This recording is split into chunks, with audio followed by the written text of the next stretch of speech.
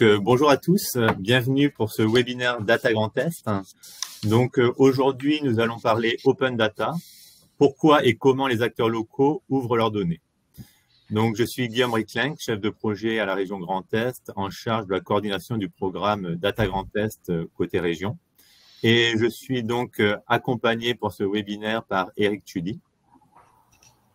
Eric Tudy, donc de la DREAL Grand Est, adjoint-chef du pôle SIG et dans l'équipe Data Grand Est.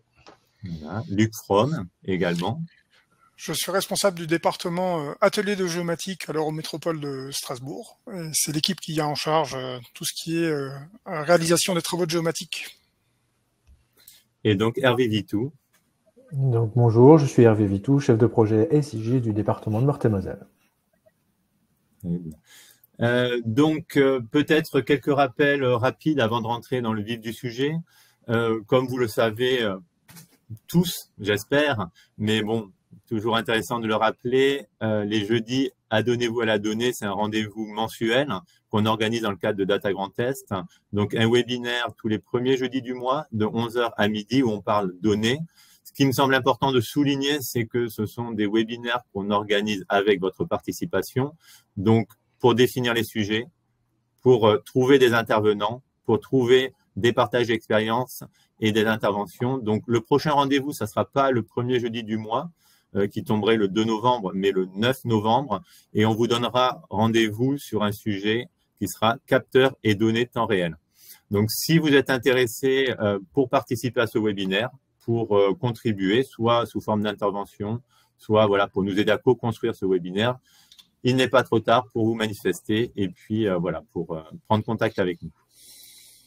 Autre élément général, on vous conseille de privilégier le navigateur Chrome. En tout cas, c'est ce qui est indiqué par rapport à l'outil qu'on utilise pour ce webinaire, Livestorm. Donc, si vous avez des problèmes de connexion, peut-être essayez voilà, de changer de navigateur.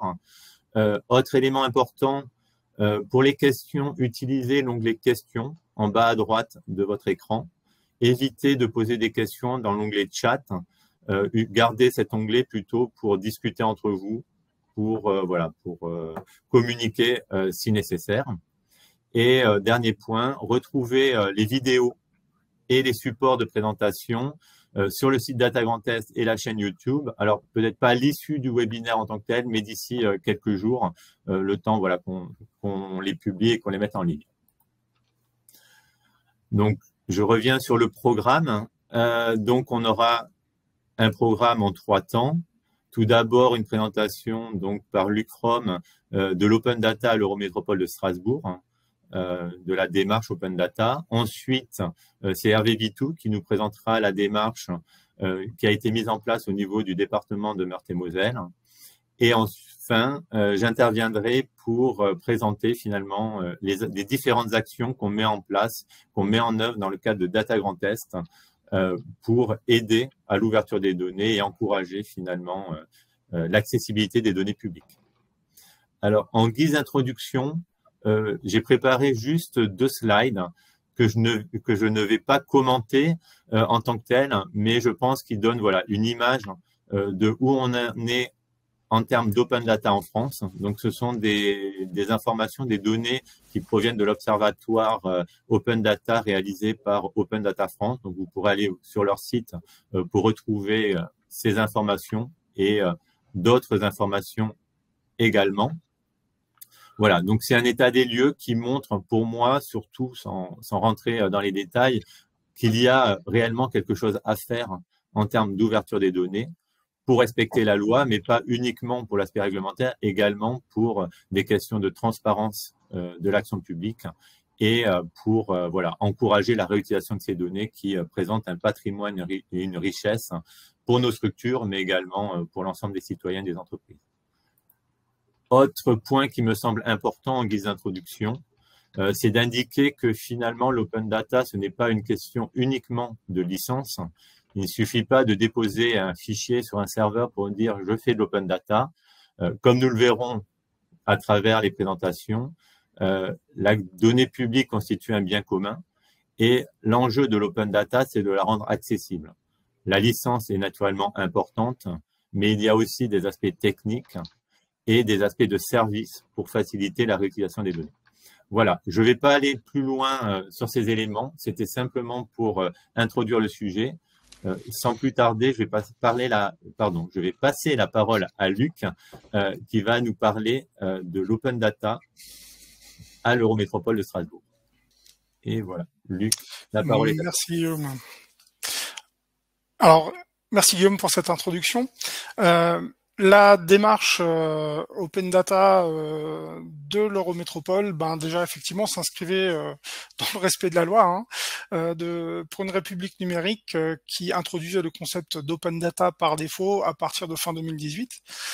Cette démarche s'inscrit aussi dans une démarche plus large qui avait commencé il y a quelques années auparavant avec le SIG et les données géographiques. On évoquait déjà les notions de culture de la donnée, de souveraineté de la donnée. Et avec la diffusion de données en masse, d'autres notions viennent compléter cette démarche, comme favoriser les nouveaux usages et rendre plus concrète la transparence de l'action publique. Alors ces éléments très généraux nous ont amené à définir quelques principes pour cette nouvelle démarche Open Data. Nouvelle démarche parce qu'on a pu s'appuyer sur le bilan d'une première expérimentation qui avait eu lieu en 2015. Alors en 2015, on était... ça a fini par quelque chose de très embryonnaire, mais qui a permis de nous conforter dans l'idée que, autant que faire se peut, la diffusion doit se faire le plus en autonomie possible par le producteur de la donnée, qu'il faut aussi privilégier l'usage des ressources projets sur passer du temps dans l'animation de la démarche, c'est prendre son bâton de pèlerin et aller voir les collègues pour expliquer ce que c'est l'open data. Et surtout qu'une fois qu'on a publié des données, il faut automatiser au maximum les mises à jour parce que sinon on aura rapidement un cimetière de données. En termes d'accès aux diffusions de données aussi, on avait beaucoup de demandes qui étaient similaires mais pas tout à fait les mêmes, et ça nous a aussi conforté dans l'idée que il faut au mieux publier du standard et pas travailler à façon à chaque fois qu'on avait une demande de diffusion. Par ailleurs, la loi parle également d'accessibilité de la donnée. Alors pour nous, il s'agit pas juste de copier l'ensemble du système d'information en ligne, mais réellement de faire utile, utilisable et utilisé. Je reviendrai rapidement sur cette notion. Et finalement, il s'agit aussi de se faire connaître auprès d'autres plateformes et donc d'être moissonnable. Donc en avril 2018, il y a eu le lancement du projet Open Data, qui a abouti en fin 2018 à la mise en place d'une plateforme basée sur la solution de l'éditeur Open Data Soft, et une plateforme qui n'est pour le coup pas qu'un entrepôt de données avec leurs métadonnées associées. Cette plateforme permet en fait différents niveaux de publication, des jeux de données plus ou moins bruts avec leurs métadonnées, des données qui sont mises plus ou moins en forme au travers de cartes, tableaux de bord et autres applications. Alors quels sont un peu les éléments qui nous ont orientés vers ce choix ? Le premier constat, c'est un constat déjà d'humilité, c'est voulait-on redévelopper quelque chose à partir de bibliothèques libres, ou à minima être en capacité d'installer et de paramétrer des outils qui seraient existants. Alors je l'évoquais tout à l'heure, notre idée était plutôt de se concentrer sur le contenu et l'animation de la démarche. Donc c'était l'avantage d'avoir ici un outil disponible sur étagère et en plus référencé à l'UGAP, ce qui a permis de faire ça très rapidement. Ça répond aussi au fait qu'on souhaitait que les producteurs soient plus acteurs que clients, et notamment en pouvant très facilement faire des publications. Alors j'ai dit que la plateforme n'est pas qu'un entrepôt, elle répond aussi à un besoin d'outils qu'on n'avait pas forcément en interne. Notre web carto était désuète, on a quelque peu détourné l'usage de la plateforme pour faire une cartothèque en ligne. Une fois qu'une donnée est publiée, elle est rediffusée sous forme de flux, elle est accessible en API, les fichiers sont disponibles dans quelques formats de fichiers standards, et tout ça c'est des choses qui manquaient un peu dans notre boîte à outils. Au final, la plateforme est une brique supplémentaire de notre écosystème existant, SI, SIG, catalogue de métadonnées, et qui est donc parfaitement interopérable vu qu'on dispose de FME comme ETL. Alors ça peut paraître paradoxal aussi, mais la plateforme Open Data permet de diffuser des données de manière restreinte. Au final, on s'aperçoit que les premiers utilisateurs de la plateforme, ce sont nos services. Ce sont les services de la collectivité qui l'utilisent pour échanger plus facilement des données ou des informations entre eux. Et cette fonctionnalité d'accès restreint, elle est aussi au final utilisée pour alimenter des applis métiers en interne. Je prends l'exemple de certains fichiers adresses. On avait 32 interfaces qui étaient difficilement actualisables. Et maintenant, on a un jeu de données en ligne dans lesquels à chaque fois ces différentes applications vont taper. Un point intéressant aussi de cette plateforme, c'est de faciliter la consommation des données qui sont publiées par ailleurs. Par exemple, les données sirènes qu'on peut extraire et filtrer sur notre territoire et les republier sur notre plateforme, et de se faire moissonner, notamment par data.gouv ou Data Grand Est. Alors, ça marche plutôt bien, hein, avec 4 ans de recul, on peut faire un bilan assez satisfaisant. Quels sont les enjeux maintenant dans les années à venir? Alors là, je vais enfoncer une porte ouverte, c'est un peu classique, parce que les enjeux sont de nature en fait. Hein. Il y a des enjeux techniques et des enjeux organisationnels. Clairement, techniquement, pour tout ce qui est publication, qu'elle soit standard ou un peu moins standard, il y a des fonctionnalités qui existent pour faire ça sans code. Donc chacun puisse se les réapproprier. Par contre, dès qu'on veut faire des modifications ou des paramétrages un peu spécifiques, il faut mettre le nez dans le code. Hein. Donc on sait faire, mais on n'est pas non plus des développeurs. Donc ça pose la question si on veut continuer de monter en charge. Et notamment si on parle de data en général à terme, faut-il vraiment des développeurs pour ça, pour aller plus loin? Quand on éditorialise par ailleurs un ensemble de données pour qu'au final les cartes, les tables, les tableaux de bord, les graphiques soient générés facilement, on peut aussi être amené à publier pas mal de jeux de données qui semblent similaires. Alors ça complexifie un peu la maintenance pour nous et ça peut aussi introduire un sentiment d'ambiguïté pour les utilisateurs qui explorent la plateforme. Je qualifiais tout à l'heure aussi la plateforme de briques de notre écosystème. Un écosystème, c'est vivant. Donc, fatalement, à un moment donné, il faut se poser la question de l'articulation et la cohérence avec d'autres projets comme la web carto, le catalogue de métadonnées, l'évolution globale des outils du système d'information. On a aussi deux points qui se rejoignent un peu ici à la fin, c'est hors déclaration. On ne sait pas vraiment qui utilise nos données, sauf à monitorer, à détecter des changements soudains d'appel API, ce qui introduit bien sûr un risque si on modifie ou si on met à jour des jeux de données. Il y a peut-être certaines applications qui ont les pattes en l'air. Et c'est un des paramètres qui pourrait permettre aussi d'analyser la pertinence des publications, sachant qu'on essaie toujours de trouver un équilibre en fait entre publier au maximum, ne pas se censurer, mais tout en privilégiant ce qui semble utile. Voilà pour les enjeux. Je me suis aperçu que je n'ai pas défilé, excusez-moi. Voilà pour les enjeux techniques. En ce qui concerne les enjeux organisationnels, on avait pensé au départ mettre en place un comité de publication. Alors en théorie c'est une bonne idée, c'est rarement fonctionnel. On l'avait tenté, j'ai eu les mêmes échos de collègues d'autres collectivités.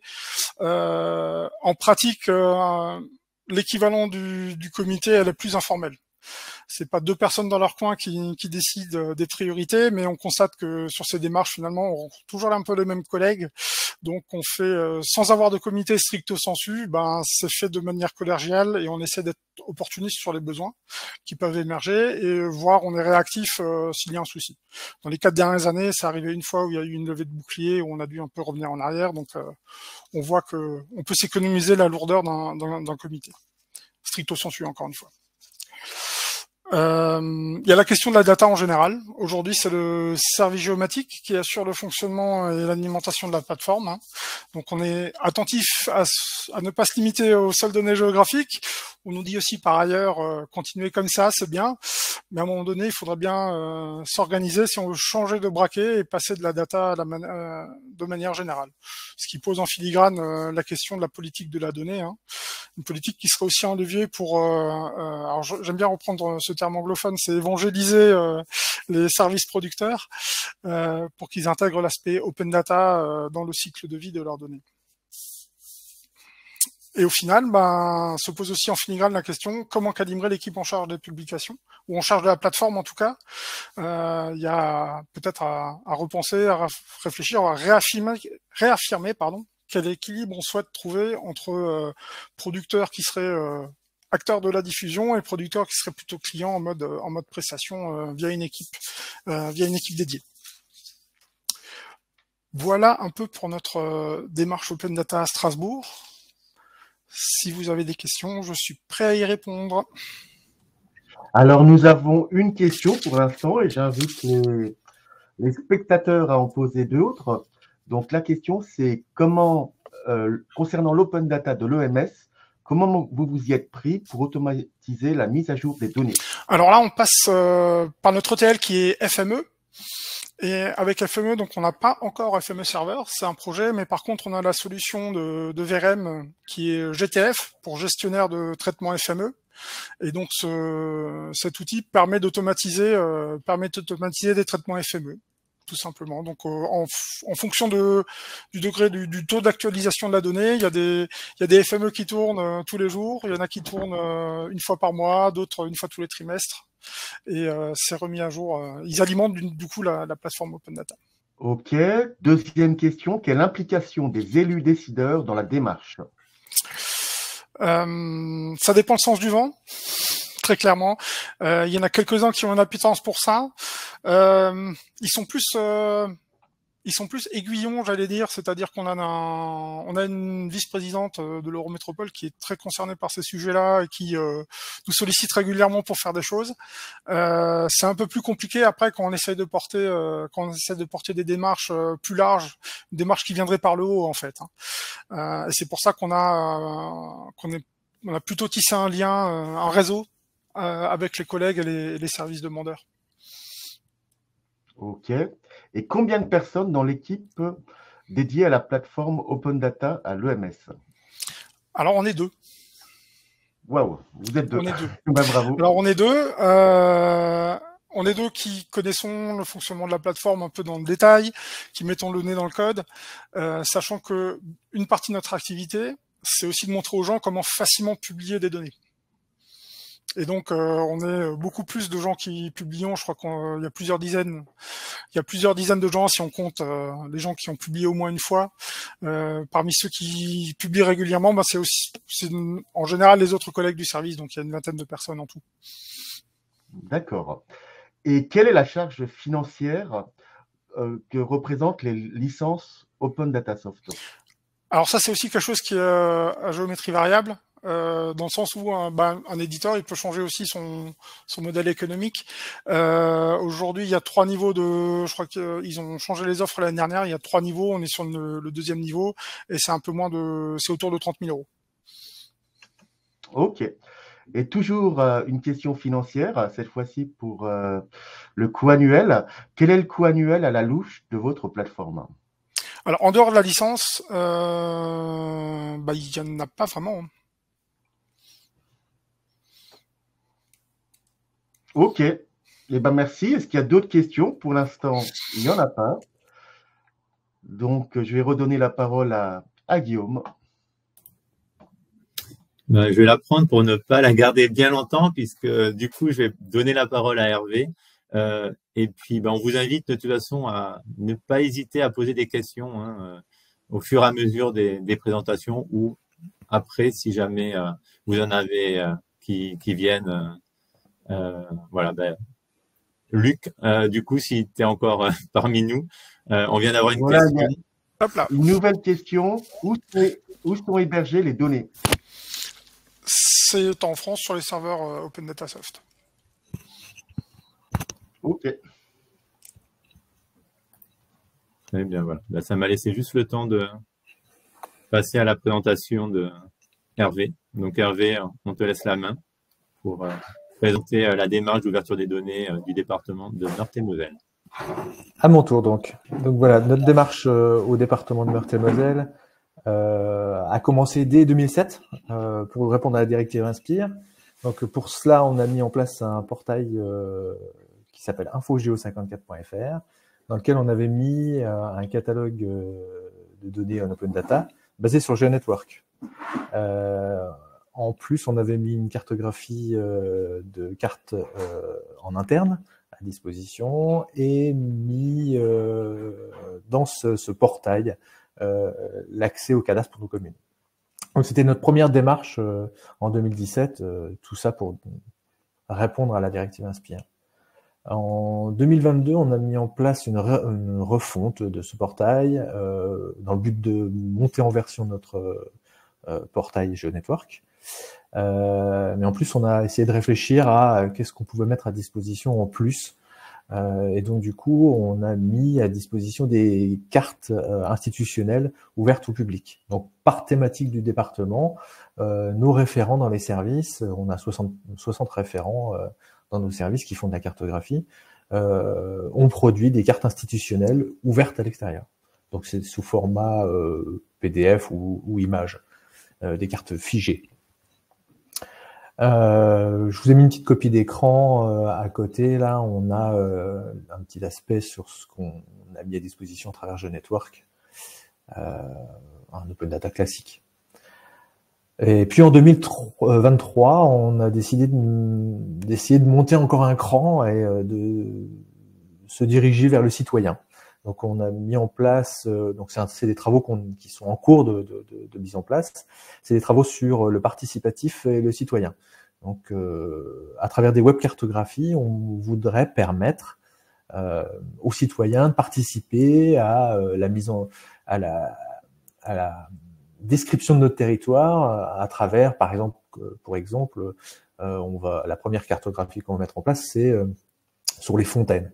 Donc nos techniciens de gestion du patrimoine départemental ne peuvent pas aller dans toutes les communes recenser les fontaines existantes. Donc on va s'appuyer sur les citoyens pour participer à ce recensement. Et du coup, les données produites partiront vers un open data départemental. Cette petite slide pour vous montrer ce qu'on a mis en place, ce qui est caché derrière nos outils. Donc QGIS Server, une base de données Postgre en amont, QGIS Server pour générer nos web services d'ouverture et GeoNetwork pour afficher et cataloguer ces informations. Je vous ai mis ensuite les outils que nous utilisons. Alors nous, voilà, mon truc c'est les outils libres. Voilà, on n'a pas de prestataire derrière, à part la seule chose qu'on achète, c'est FME et GTF, comme Luc. Nous avons les mêmes outils. Sinon, tout le reste est libre. PostgreSQL, vous l'avez vu pour le stockage de bases de données, QGIS comme SIG, QGIS Server pour le générateur de web services, LISMAP qui est un outil libre de génération de web cartographie. On utilise Metabase pour la génération de tableaux de bord et vous l'avez vu, GeoNetwork pour la partie Open Data. On a un petit superviseur qui est basé sur Eon. Donc en fait, tous des produits libres. On a joué assez tôt la carte de la complémentarité. On a été heureux de voir que la région utilisait GeoNetwork et des outils qui ont rendu la possibilité de mettre en place un moissonnage. Donc on a exposé notre catalogue en format D4 et CCAN. Et puis on participe activement à la démarche Data Grand Est. On a ouvert ce catalogue au moissonnage pour Data Grand Est et puis data.gouv. On n'a pas encore eu le cas de moissonnage, de demande de moissonnage d'une EPCI qui aurait été assez costaud et qui aurait eu des outils de moissonnage pour que nous on puisse moissonner quelqu'un. Mais voilà, c'est quelque chose de l'ordre du possible. Nous participons aussi aux instances de mise en place à travers le SIG de la grande région, le SIGGR, qui met en place des travaux sur le développement territorial, le transfrontalier, l'aménagement du territoire et a mis en place un géoportail pour la grande région. Pourquoi je vous en parle? C'est parce qu'en fait, derrière se cachent aussi des notions d'open data, d'ouverture, de partage de l'information. Ce que nous a apporté Data Grand Est, voilà, pour nous, ça nous a permis de nous fédérer. Alors là, je prends ma casquette de chef de projet SIG pour un département. Ça nous a permis de nous fédérer entre départements. Les 10 collègues des 10 départements, nous nous réunissons dans le cadre de Data Grand Est. Bien que nous ayons des avancements très différents en termes de mise en place d'outils, voilà, on a pu, à travers Data Grand Est, voir qu'on avait des objectifs communs et puis partager nos problématiques, notamment une problématique des routes qui est assez récurrente pour les départements. Ça nous a permis de voir que des financements de produits à l'échelle régionale ont été mis en place et franchement, c'est quelque chose de très bien pour nous. Les web services de fond de carte, là encore, merci Guillaume, ça marche très bien, ça nous aide très bien. Et ça nous a permis de mettre en place justement des travaux d'harmonisation de nos thématiques. Voilà, je ne m'étalerai pas plus sur ce que nous a apporté Data Grand Est, mais franchement, en termes d'aide à la mise en place d'un open data, c'est super pour nous. Voilà, j'en ai fini pour ma petite présentation. Pareil, si vous avez des questions. Merci pour ta présentation. Alors, j'en profite pour dire que Data Grand Est sera également en Meurthe-et-Moselle le mardi 17 octobre. Hein, ça sera notre journée départementale. Et donc, Hervé est pleinement impliqué dans l'organisation de cette journée avec le conseil départemental, avec le Grand Nancy. Et que donc, les gens qui sont en Meurthe-et-Moselle sont invités à participer. N'hésitez pas à aller voir sur le site internet le programme très riche de cette journée. Oui. On va passer aux questions. Donc voilà, on connaît tous OpenMapStreet et évidemment, la question qui se pose, c'est pour les travaux sur le participatif citoyen, est-ce qu'il a été envisagé de s'appuyer sur OpenStreetMap dans une logique de contribuer à un commun? Oui. Ça n'a pas été forcément envisagé, mais voilà, on a déjà eu des questions dans ce sens. Oui. La possibilité de contribuer est là. Oui. On a déjà contribué sur d'autres thématiques, mais voilà. On en est qu'au début de notre projet, mais voilà. Pas de souci, on contribuera. Autre question, que trouve-t-on dans InfoGeo 54 qu'on ne retrouve pas dans Data Grand Est? Eh ben, rien. Puisqu'on est moissonné, la totalité de notre catalogue remonte dans Data Grand Est automatiquement. Donc, normalement, à part c'est très bien, non, mais c'est justement l'intérêt voilà, de ces moissonnages et de trouver aux différentes échelles un point d'accès à toutes les données. Voilà. Alors, il y a une autre question. Alors, tu me diras, Hervé, si tu la comprends totalement, c'est en quelque sorte frustrant de créer de la donnée alors qu'elle existe déjà. Voilà, si on peut peut-être avoir des précisions sur quelles données il s'agit. Alors, en fait, ce qu'on met dans notre catalogue, c'est des données départementales. Du coup, c'est notre responsabilité de les produire. Donc, on ne produit pas forcément des choses existantes. Et on essaie de ne pas le faire. Voilà. Autre question, la démarche engagée depuis 2017 répond-elle à une volonté politique ou à une réponse agent à une exigence réglementaire? Inspire, puis loi pour une république numérique. Alors, clairement, au départ, c'est nous qui avons été sensibilisés à ces choses-là. Et par le biais de remontée de notes, d'informations de nos élus, voilà, ces choses ont été validées et politiquement. Et du coup, voilà, ça roule. Nos politiques sont au courant de ce qui se passe et nous soutiennent. On a un élu référent sur la thématique. Très bien. Alors, une question voilà, qui concerne le périmètre de la diffusion des données, enfin, ou aussi de l'utilisation des données. Monsieur Vitou, vous présentez aujourd'hui votre Open Data. Vous présentez il y a quelque temps vos usages de Metabase. Avez-vous mis en place un entrepôt de données qui ne serait pas uniquement géographique, mais qui serait aussi alimenté de données plus décisionnelles? Finance, RH, marché. Alors oui, on en est au début. Là, pour tout vous dire, on est en train de recruter un data manager.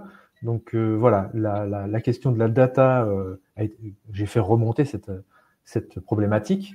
Et du coup, on a décidé d'embaucher un data manager. Du coup, on se met en place de ce côté-là, mais on publie déjà, nous, à travers notre portail qui était dédié à la cartographie, de la donnée tabulaire et administrative. Et on en est qu'au début et ça va augmenter. Ok. Alors, qu'est-ce qu'il en est de l'alimentation d'InfoGeo 54 avec Data Tourisme? Donc, point d'intérêt touristique ici du SI Tourisme. Alors là, on se dirige vers de l'utilisation plutôt de la donnée, mais j'ai un collègue qui est dédié pour moitié de son temps à la gestion des données touristiques. Donc là aussi, on est en pleine réflexion sur qui produit des données d'intérêt touristique au sein des agents du conseil départemental, mais aussi de notre agence de tourisme. Donc voilà, on est en train de se mettre en ordre de marche pour publier de la donnée, générer des métadonnées et puis contribuer au maximum aux endroits où on peut. Ok. Et pour la participation citoyenne, y a-t-il des liens avec les élus locaux? Eh ben en fait, les élus locaux sont des citoyens, donc ils vont pouvoir contribuer. On a déjà fait une première présentation à nos élus, par exemple. Ben voilà, il y a déjà des maires et des conseillers départementaux qui sont très enclins à vouloir déjà saisir de l'information sur notamment la thématique des fontaines. Ok. Alors, il y a une question, alors elle concerne peut-être également Luc Fromm, mais peut-être, voilà, puisque si j'ai bien compris, vous utilisez tous FME. Quelle est la différence entre GTF et FME serveur? Alors, moi, je peux apporter une petite réponse, Luc complétera. GTF, pour moi, de ce que j'en ai vu, d'avoir fait un petit benchmarking, bon, déjà, il y avait une petite question de tarif, et puis, il y avait une question d'ergonomie. GTF est un outil très ergonomique qui permet de déporter vers l'utilisateur final l'intégration de données ou le questionnement de la base de données. Et FME Server le fait aussi, mais c'est déjà quelque chose d'un petit peu plus technique. Donc nous, ce qui nous a séduit, c'était l'interface et son ergonomie. Je laisserai peut-être Luc compléter. Oui, mais c'est ça. En fait, GTF est un FME Server Lite qui permet de mettre à disposition un certain nombre de traitements. Le FME Server va beaucoup plus loin. On peut envisager d'avoir des bibliothèques de traitement si les gens, les utilisateurs ont FME Desktop d'installer. Vous pouvez gérer une bibliothèque de traitement. Vous pouvez aussi désormais, dans la dernière version, je crois, faire des scripts pour enchaîner des traitements préexistants. Donc le FME serveur joue vraiment son rôle de serveur, de centralisation, de gestion, de maintenance de l'ensemble des traitements qui sont faits dans une collectivité si vous avez FME quoi. Mais effectivement le principal intérêt de GTF c'est de pouvoir publier des traitements, donc d'automatiser des choses, mais aussi de les rendre disponibles pour des gens qui ont pas à aller regarder sous le capot de FME ce qui se passe, qui peuvent sortir un fichier Excel de leur application et puis le donner à manger à un traitement. Ils ont juste une IHM pour lancer le traitement, ça leur suffit, et puis ils n'ont pas à connaître ce qui se passe derrière. Merci. On arrive à la fin des questions. Je vais poser moi-même une question. Hervé, alors la participation du public est-elle satisfaisante? Quels sont les moyens que vous avez pour les faire participer? Et quels sont les résultats finalement sur les quelques données que tu as présentées? Alors en fait, on n'en est qu'au début. On a eu un petit coup de frein pour faire un petit retour sur cette thématique. C'est qu'on a des problèmes de RGPD. C'est-à-dire qu'on avait prévu dans l'interface que les participants nous postent des images et on a des problèmes de passage de ces images dans l'open data. Donc des problèmes juridiques, donc on est en train de les régler, ce qui fait qu'on a été un petit peu retardé. Donc voilà, il faut qu'on mette en place des outils, des systèmes pour que les systèmes de licence et de droit des utilisateurs posteurs de photos soient reconnus dans l'interface. Mais voilà, on en est qu'au début et on va seulement lancer cette partie participative assez certainement souple, quoi. Donc, pas forcément de retour sur le nombre ou la pertinence des choses. Oui, ça sera aussi intéressant d'avoir votre expérience et notamment effectivement pour des questions auxquelles on pense peut-être pas immédiatement. Voilà, c'est les droits sur les images et tout ce qu'il faut voilà, pour bien sécuriser ça juridiquement. Oui, on était parti sur quelque chose de bonne volonté en se disant, bah voilà, c'est le bien commun, ça va servir à tout le monde, mais en fait, on se bute quand même à ces petites questions juridiques qui font qu'on a dû retarder un petit peu notre mise en ligne. Merci. Eh bien, je crois que Guillaume, c'est à toi de nous présenter ce que peut apporter Data Grand Est. Merci Eric, merci Hervé pour cette présentation très riche. Les questions ont montré justement l'intérêt de l'ensemble de notre auditoire pour le sujet et notamment l'expérience du département. Donc, je reprends la main cette fois-ci pour vous parler, finalement, revenir sur Data Grand Est et parler un peu de comment Data Grand Est peut vous aider à ouvrir vos données. Hervé a évoqué certains éléments, notamment autour des outils, des services qui sont proposés, sachant que Data Grand Est va sans doute pas répondre à toutes les questions, mais en tout cas, on est à votre écoute pour essayer de vous apporter un maximum d'appui. Alors, pour commencer, un petit schéma pour replacer finalement la Data Grand Est plutôt sous l'angle plateforme ou portail dans l'écosystème national et européen de la donnée. Alors, c'est un schéma qui est à la fois complexe et simplifié. Certains diront oula, il y a beaucoup trop de plateformes. En effet, il y a beaucoup de plateformes. Chaque acteur met en place sa plateforme pour publier normalement les données qu'il produit, comme le soulignait Hervé. Il y a finalement une action de souveraineté quelque part à travers le fait d'être maître de ces données et de pouvoir les mettre à disposition en open data à l'ensemble des entreprises ou des citoyens du territoire. Donc, Data Grand Est, vraiment, c'est nous, tel qu'on le voit, c'est un maillon de l'écosystème à la fois national et européen et les différentes réflexions qu'il y a eu et qu'il y a actuellement en termes de data montrent, confirment finalement l'intérêt de ce maillon et les réflexions notamment sur France Nation Verte, peut-être que ça évoquera quelque chose pour certains d'entre vous, finalement montrent que l'action régionale en termes de coordination est importante pour faire circuler la donnée et je dirais, si je veux dire, aller dans le bon sens par rapport aux aspects réglementaires, mais pas que aux aspects réglementaires, aux aspects également citoyens et collectifs. Alors, la plateforme Data Grand Est en quelques chiffres. Donc, voilà, ça reste des chiffres qui peuvent, pour certains, peut-être prêter à confusion ou interprétation.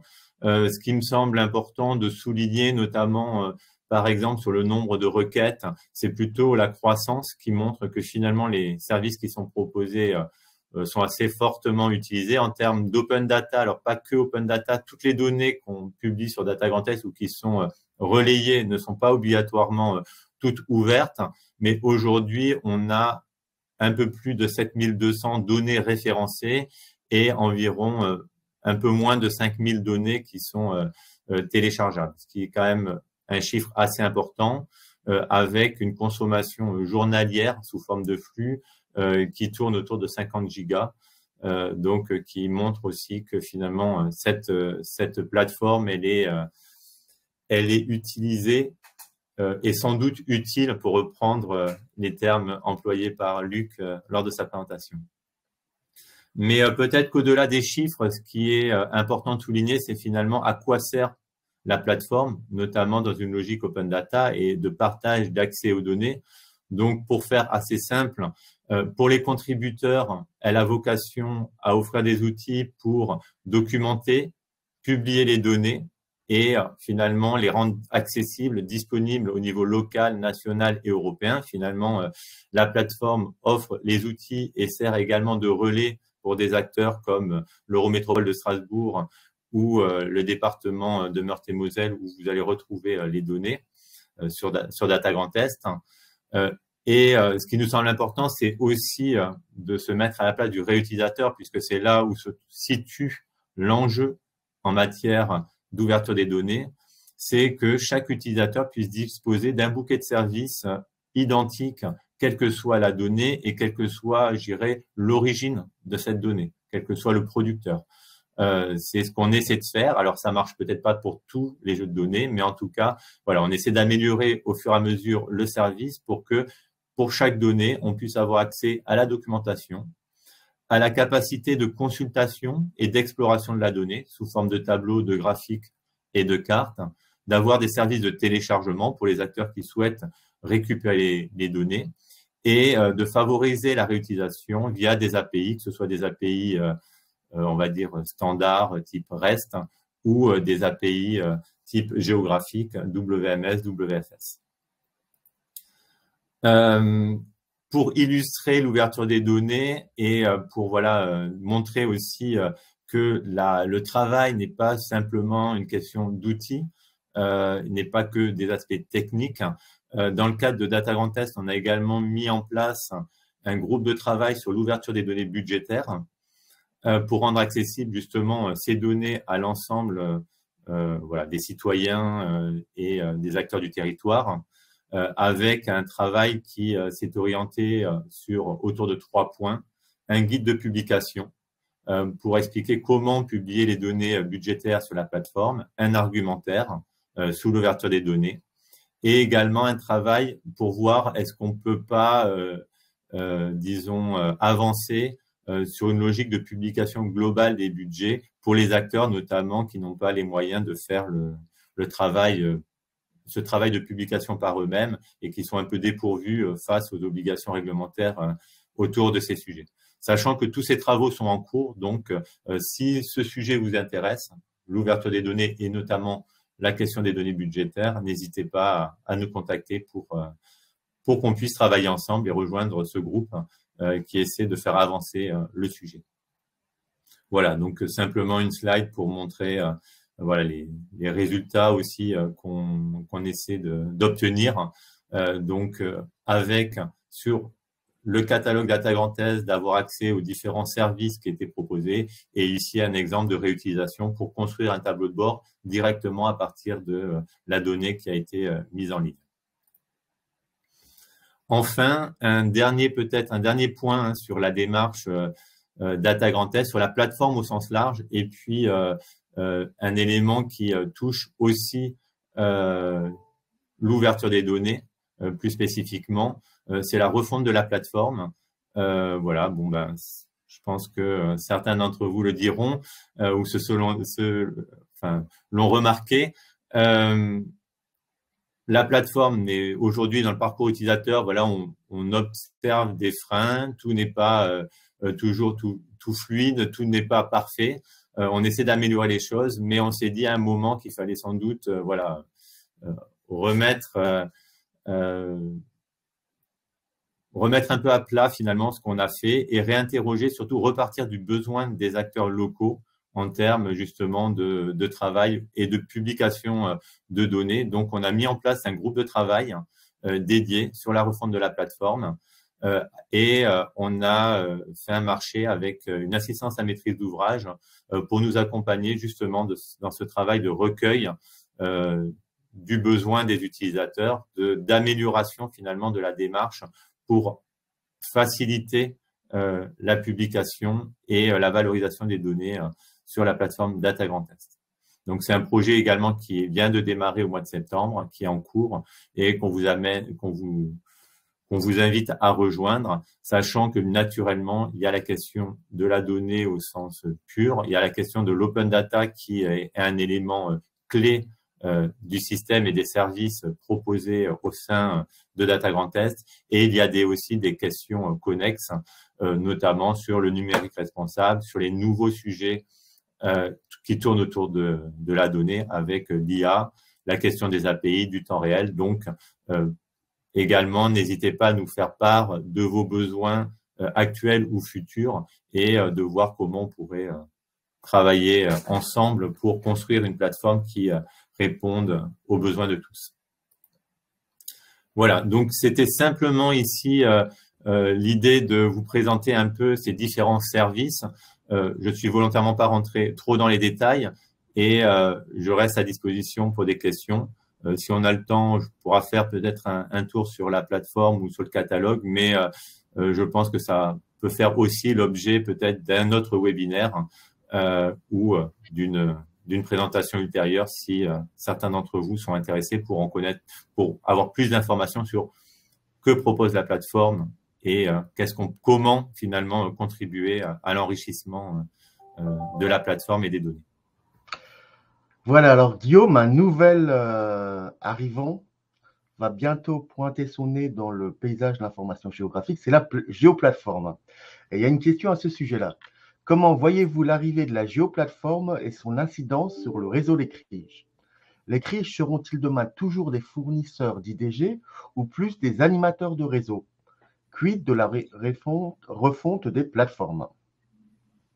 Question pas si facile que ça, mais on continue. Non, alors je vais peut-être pas tout développer parce qu'il y aurait matière à discuter pendant un quart d'heure. Et puis je veux pas surtout pas faire un monologue puisque c'est un sujet qui fait plutôt qui est plutôt un sujet d'échange à ce stade. On n'a pas toutes les clés peut-être pour répondre en plus à cette question. C'est quelque chose qui se construit. Notamment, j'ai évoqué France Nation Verte, un projet national qui a vocation à mettre en place des outils et une organisation pour que la France puisse se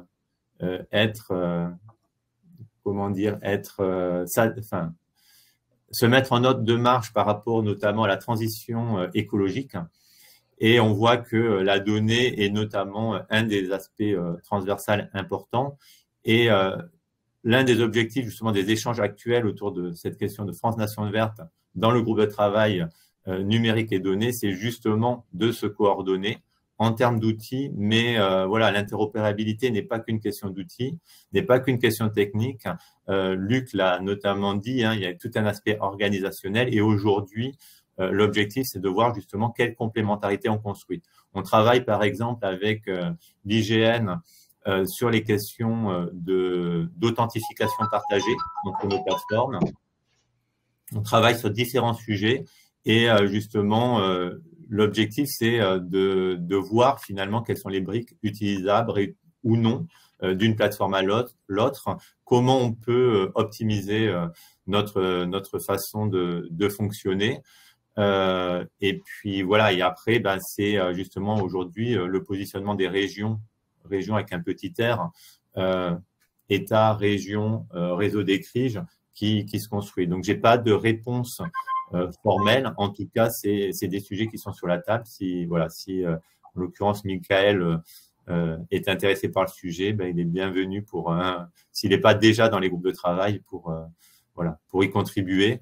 Mais j'ai pas de réponse toute faite. C'est quelque chose qui va se construire. On a aussi des réflexions sur la convergence des outils. La plupart des plateformes, qu'elles soient territoriales ou nationales, utilisent des outils libres. Donc, il y a aussi cette question de la convergence des outils. Ça ne veut pas dire demain utiliser tout le monde le même outil, mais en tout cas d'avoir plus d'interopérabilité et une meilleure efficience, on va dire, au niveau de la dépense publique quand on développe des modules et des fonctionnalités sur nos plateformes. Nouvelle question, alors ce qui concerne la refonte de la plateforme Data Grand Est, au sujet de la refonte de Data Grand Est, quand prévoyez-vous de publier votre appel d'offres? Alors, par rapport à la refonte, c'est sur la slide, il me semble que c'est indiqué sur la slide, les grandes étapes. Oui, j'ai pas détaillé, mais il y a 4 grandes étapes. La première étape qui vient d'être initiée début septembre, qui est recueil et analyse des besoins, qui devrait se poursuivre quasiment jusqu'à la fin de l'année, avec en parallèle la rédaction du CCTP, de l'ensemble des documents. Donc, ce qu'on vise, c'est un appel d'offres, on va dire, fin d'année ou sans doute, pour être plus réaliste, début 2024. Voilà. OK. Alors, on va peut-être retourner à Strasbourg. Donc, Luc Fromm, tu as déjà répondu à la question par écrit, mais peut-être que tu pourras compléter également, dire des choses complémentaires oralement. Donc, quelle est la base de données sous-jacente de Open Data Soft? Comment est-elle alimentée par les données métiers avec GTF? Alors en fait, il n'y a pas vraiment de base de données sous-jacente à Open Data Soft. C'est des données qui sont importées. On ne parle pas vraiment de base de données. Hein, ce sont des fichiers à plat. Par contre, effectivement, il y a deux manières finalement d'alimenter. L'outil propose un système d'import de fichiers avec pas mal de formats en entrée, et sinon il peut être directement alimenté derrière par GTF, donc FME, qui lui aussi, je crois FME, il y a 400 formats de fichiers et des connexions aux bases de données qui peuvent être faites. Donc c'est plutôt travailler en amont et intégrer dans Open Data Soft sous forme de fichiers à plat. Ok. Voilà, il n'y a pas d'autres questions.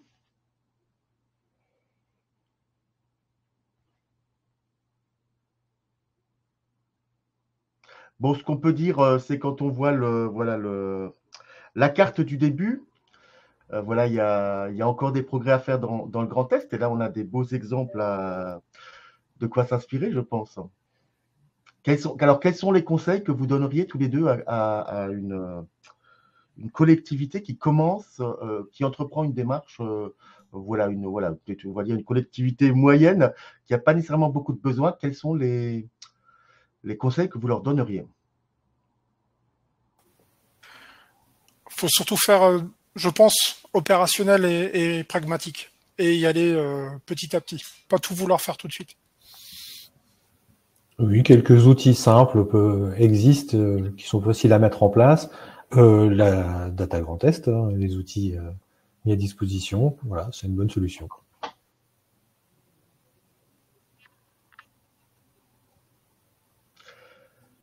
Une nouvelle question.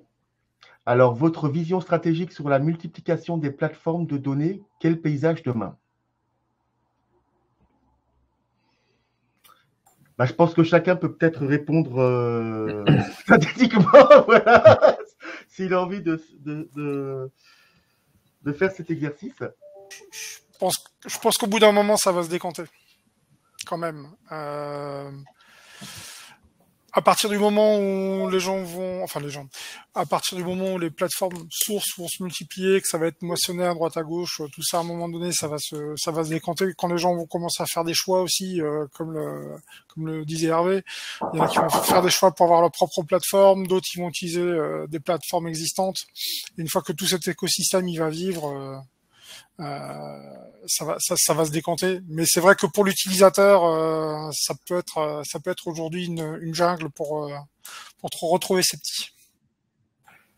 Moi, je dirais, appuyons-nous sur la technique, les outils. Des normes existent pour mettre en place des métadonnées, de l'open data. Voilà, appuyons-nous sur ces choses-là pour partager l'information. Et peu importe, je dirais, où elle est, du fait qu'on utilise ces outils normés, la transition se fait facilement. Ouais. Moi, je partagerai finalement ce que Luc et Hervé ont dit, hein, voilà, en paraphrasant peut-être un peu, mais je pense qu'il y a l'enjeu, c'est finalement, peu importe le nombre de plateformes, c'est que l'objectif, c'est que chacun trouve la donnée qu'il cherche. Et la vraie difficulté, c'est de s'assurer que la donnée qu'on trouve, c'est la bonne donnée qui est à jour. Et c'est peut-être plus là-dessus qu'il y a un enjeu. Après, comme disait Luc, je pense que le paysage, à un moment, se complexifie et puis sera amené naturellement à se simplifier. Parce que justement, pour reprendre ce que tu disais, Luc, hein, voilà, il faut que les données, mais les plateformes aussi, soient utilisables et utilisées. Et finalement, on le voit, la question de faire de l'open data, c'est pas uniquement déposer une donnée sur un serveur. Derrière, ça demande de l'organisation, ça demande des moyens, ça demande de la connaissance technique, ça demande un certain nombre d'éléments qui font que il y a des plateformes qui se mettent en place, mais finalement, la question, c'est est-ce qu'elles vont durer dans le temps? Là, par exemple, simplement pour les chiffres, à ma connaissance, alors ça sera vérifié auprès d'Open Data France, mais les 728 collectivités qui sont listées, c'est des collectivités qui ont publié au moins un jeu de données. Mais est-ce que les jeux de données vont être mis à jour? Est-ce que les jeux de données, voilà, vont vivre? C'est une vraie question. Et c'est ça, je pense, qui est aussi l'enjeu pour nous dans l'avenir, c'est de faire vivre ces outils pour qu'ils soient utiles et utilisables et utilisés par par tout le monde. D'ailleurs, si vous avez le temps, je vous encourage à aller voir les résultats de l'Observatoire Open Data, c'est très intéressant. Voilà, plus de questions. Je ne sais pas si tu peux conclure, Guillaume, ou faire une petite démo. Je ne sais pas. Vu l'heure, je pense que je vais pas me lancer dans une démo. Je préfère prendre 1 ou 2 minutes pour conclure. Et puis par contre, inviter les personnes qui ont participé au webinaire à nous contacter s'ils veulent une démo pour organiser un moment, une demi-heure spécifique pour répondre à leurs questions et puis faire une démo qui soit bien adaptée à leurs besoins. Et puis pour une fois, on va terminer un peu en avance peut-être même, donc c'est très bien. En termes de conclusion, finalement, j'ai noté certaines choses, mais je pense que ça va être finalement de la redite par rapport à tout ce qu'on a vu, tout ce qui a été exprimé. En tout cas, en termes de conclusion, ce qui me semble important, c'est justement la question de la complémentarité entre les aspects techniques et organisationnels. C'est le fait aussi, les aspects réglementaires qui ont été soulignés, l'open data par défaut, la question de la mise à jour et de la qualité des données. Il suffit pas de mettre de la donnée en ligne, il faut aussi travailler en amont sur la standardisation, la qualité des données. Je pense que ça, c'est aussi des éléments. Une chose que je retiens qui a été dit par Luc et qui me semble essentielle, finalement, c'est d'intégrer la démarche open data dans le cycle de vie des données. Et je pense que Hervé et Luc, tous deux, sont convaincus de ça et finalement le font au quotidien, peut-être de façon un peu naturelle. Donc, ce qui fait que leurs projets fonctionnent et qui sont des fois un peu plus difficiles à mettre en place dans des collectivités où la culture data est moins importante, où il y a peut-être pas de portage politique, parce que c'est vrai que c'est aussi ce qu'on recherche, un portage politique pour que les projets émergent et puis s'inscrivent dans le temps.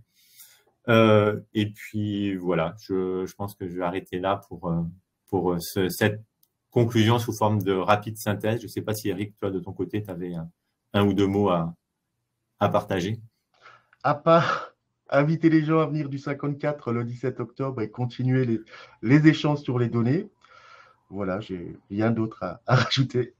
Très bien. Alors il nous reste, bien sûr, pour la qualité de leur présentation. Ouais, tout à fait. C'est ce que j'allais dire. Il nous reste à remercier Hervé et Luc pour leur intervention et la qualité, en effet, de leur présentation. Et puis, merci à tous également qui avaient suivi ce webinaire. Et on vous donne rendez-vous donc très bientôt pour un nouveau webinaire le 9 novembre. Et puis sinon, le 17 octobre pour les personnes de Meurthe-et-Moselle. Et puis sinon, n'hésitez pas à nous contacter, à participer aux événements qu'on met en place et on reste à votre disposition. Merci à tous et bonne journée.